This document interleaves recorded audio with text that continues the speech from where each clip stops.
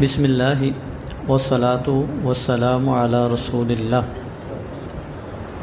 ایک دوست ہیں، انہوں نے آپ کے لیے کچھ ضیافت کا اہتمام کیا، تو بقیہ نماز کے بعد جو ہے وہ ان کی دعوت کو قبول کر کے جائیے گا۔ باہر سین میں جو ہے کچھ اہتمام کیا گیا۔ گفتگو آج کی یہ ہے کہ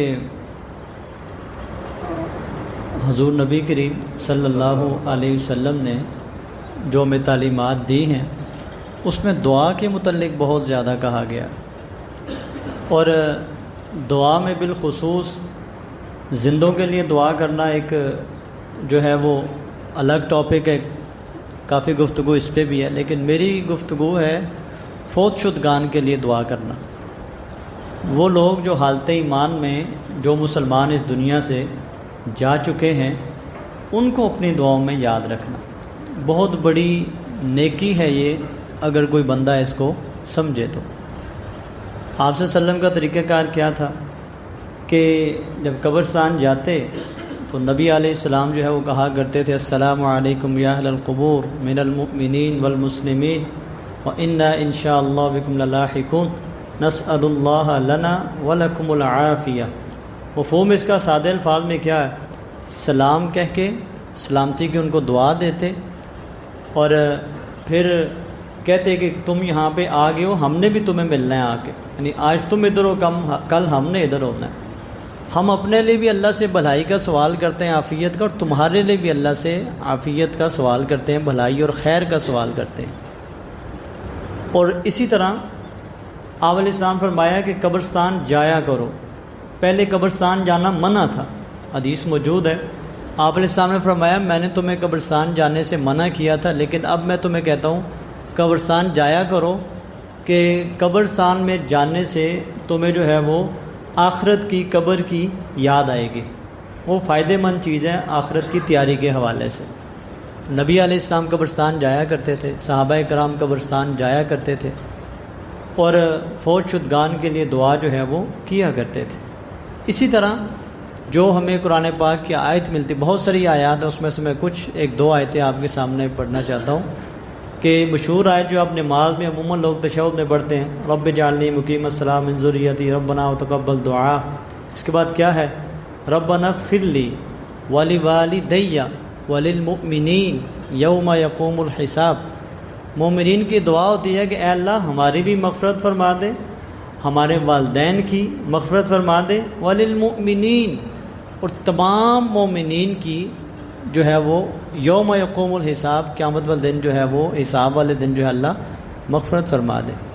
قرآن پاک کی دوسری آیت ہمیں رہنمائی کرتی ہے، ہمیں یہ بات سکھائی گئی ہے کہ تم اپنے بھائیوں کے لیے کیا دعا کیا کرو؟ ربنا اغفر لنا ولاخواننا الذین سبقونا بالایمان، اے اللہ ہماری بھی مغفرت فرما اور ہمارے ان تمام مومنین بھائیوں کی مغفرت فرما جو ہم سے سبقت دے جا چکے ہیں، ہم سے پہلے وہ مسلمان ہوئے اور پہلے اس دنیا سے جا چکے، اور اے اللہ ہمارے دنوں میں مومنین کے لیے کوئی غل، کوئی نفرت، کینہ، بغض، یعنی ہمارے دل جو ہے وہ مومنین کے لیے صاف کر دے۔ اللہ دعا سکھائی گئی ہے ہمیں۔ اسی طرح جنازے کی جو دعا ہے، مشہور دعا، اس کو آپ غور سے اگر پڑھیں، ایک تو ہوتا ہے نا کہ بندہ بس پڑھے اور بھاگتا جائے، یہ نہیں پتہ میں کیا کہہ رہا ہوں، مطلب نہ پتہ ہو۔ ایک ہے اس کا مفہوم سمجھیں، اللہم اغفر لحینا، اے اللہ ہمارے جو ہم زندہ لوگ ہیں نا، ہمارے زندہ مسلمانوں کی بھی مغفرت فرما، ان کے بھی گناہوں کو معاف فرما۔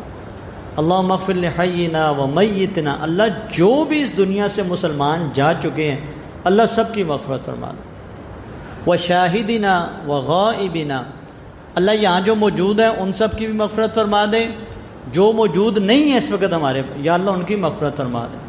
وصغیرنا وکبیرنا، یہ جنازے کی دعا پڑھ رہا ہوں، اللہ ہمارے چھوٹوں کو بھی معاف کر دے، ان کی مغفرت فرما۔ وکبیرنا، اللہ ہمارے بڑوں کی بھی مغفرت فرما دے۔ وذکرنا وانثانا، اے اللہ ہمارے تمام مردوں کی بھی مغفرت فرما دے اور ہماری تمام عورتوں کی بھی مغفرت فرما دے۔ سوچیں اس میں کس قدر جامع دعا ہے، یہ کس قدر جامع دعا ہے۔ چھوٹا، بڑا، بوڑھا، بچہ، ہاں جی، مرد، عورت، ہاں جی، زندہ، جو فوت ہو چکے، سب کو اس دعا میں شامل کر لیا گیا۔ یعنی جو بندہ بھی حالت ایمان میں موحد اس دنیا سے جا چکا ہے سب کے لیے مغفرت کی دعا ہے. تو دل چھوٹا نہیں کرنا چاہیے بندے کو، دعائیں کرنی چاہیے. رب ارحمہما کما ربیانی صغیرا، والدین کے لیے دعا حکم دیا گیا ہے. مانگو اس طرح کہ اے اللہ میرے ماں اور باپ پہ تو رحمت فرما، رحمت والا معاملہ کر اللہ. جیسے انہوں نے بچپن میں مجھ پہ شفقت کی ہے نا، اے اللہ تو ان کے ساتھ بھی رحمت والا معاملہ فرما. یہ سکھائے گئی ہمیں یہ دعائیں، ہمیں کثرت سے پڑھنی چاہیے یہ دعائیں. ایک بندہ آیا، اس نے دعا کی، آپ سے وسلم تشریف فرما تھے، تو کہنے لگا کہ اے اللہ مجھ پہ رحم کر اور محمد صلی اللہ علیہ وسلم پہ رحم فرما. نبی صلی اللہ علیہ وسلم کا نام لے کہنے لگا مجھ پہ اور ان پہ رحمت فرما اور کسی پہ رحمت نہ کرنا. آپ صلی اللہ علیہ وسلم مسکرا دیے، کہا ضیقت واسع، اوہ اللہ کے بندے تو نے اللہ پاک کی اتنی وسیع رحمت کو اتنا چھوٹا سا کر لیا ہے، کیا کر رہے ہو تم؟ سمجھانا یہ مقصد تھا سب کے لیے رحم مانگو، سب کے لیے مغفرت مانگو، سب کے لیے دعا مانگو. تو دعا جو ہے وہ ضرور کیا کریں، اپنی دعاؤں میں فوت شدگان کو ضرور یاد رکھا کریں، باقاعدہ ٹائم نکال کے قبرستان جایا کریں. ہمارے ہاں تو فرصت ہی نہیں ہے، اللہ پاک رحم کرے، جاتے ہیں جنازہ گاہ میں، بس کسی کا پتہ چلے فلاں مر گیا تو گئے اس کو، اور وہاں بھی جنازے سے زیادہ فکر یہ ہوتی ہے کہ وہ بندہ مجھے دیکھ لے جس کا کوئی فوت ہوا ہے، اسے جپیاں ڈال ڈال کے جناب اسے مل رہے ہوتے ہیں. اسے ہوش بھی نہ ہو بیچارے کو، پتہ نہیں کس حالت میں ہے وہ، اسے ملنا ہے بس وہیں پہ ملیں، کسی طرح گرمی ہے کچھ بھی ہے ملیں اور بھاگیں وہاں سے. کیوں؟ مولانا صاحب نے سہولت جو دے دی ہے کہ بس ادھر ہی سلام پھیرا جنازے کا، جنازہ چھوٹا پڑا جائے گا اور جنازے کے بعد کی دعا لمبی کی جائے گی. یہ پتہ نہیں ہمارے ذہن کیسے بن گئے ہیں، سمجھے اس بات کو. جنازہ حالانکہ لمبا ہونا چاہیے تھا، لیکن چونکہ لوگوں کی ڈیمانڈ ہے نا، یاد رکھ لیجیے گا یہ شرعی مسئلہ ہے کہ دعا کی نبی علیہ السلام نے اس وقت کہا ہے جب اس کو اتاریں گے آپ قبر میں، اس وقت اس کو دعا کی ضرورت ہے، اس وقت اس سے مشکل وقت ہے، وہ اپنی منزلوں میں سے پہلی منزل میں پہنچ چکا ہے. اس وقت نبی علیہ السلام نے کہا کہ اس کے لیے دعا مانگو، اللہ اس کے سوالات میں آسانی کرے، اللہ بہتری کرے، قبر کو منور کرے، قبر کو کشادہ کرے، اس میں بہتری والے معاملات ہو جائیں. اس وقت بندے ہی نہیں ہوتے وہاں پہ. اگر 500 بندہ جنازے میں تھا نا تو وہاں 30 اور 40 بندے ہوتے ہیں. اور میرے ساتھ 2 دفعہ تقریباً ایسا ہوا ہے، مجھے یاد پڑتا ہے، میں جنازہ پڑھا کے نکلا ہوں، دفنا کے واپس آیا تو راستے میں بندے نے کہا جی دعا کے لیے کوئی نہیں، مطلب مولوی صاحب بھی کوئی نہیں تھے، انہوں نے اتنی جلدی تھی بیچارے نکل گئے، تو کہا حضرت دعا کر دیں گے؟ میں نے کہا جی کر دیتے ہیں، ہم نے بھی مرنا ہے. جنازہ وہ کسی اور نے پڑھایا، دعا کے لیے بیچارے کھڑے ہیں، بندہ ہی نہیں ہے دعا کروانے کے لیے. اتنا اس معاملے کو ہم نے آسان لے لیا.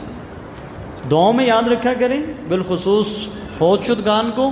اور اگر قبرستان جائیں تو بجائے وہاں سے جان چھڑا کے بھاگنے کے، قبر کے تدفین تک وہاں پہ کھڑے ہوا کریں اور دعا میں شریک رہا کریں.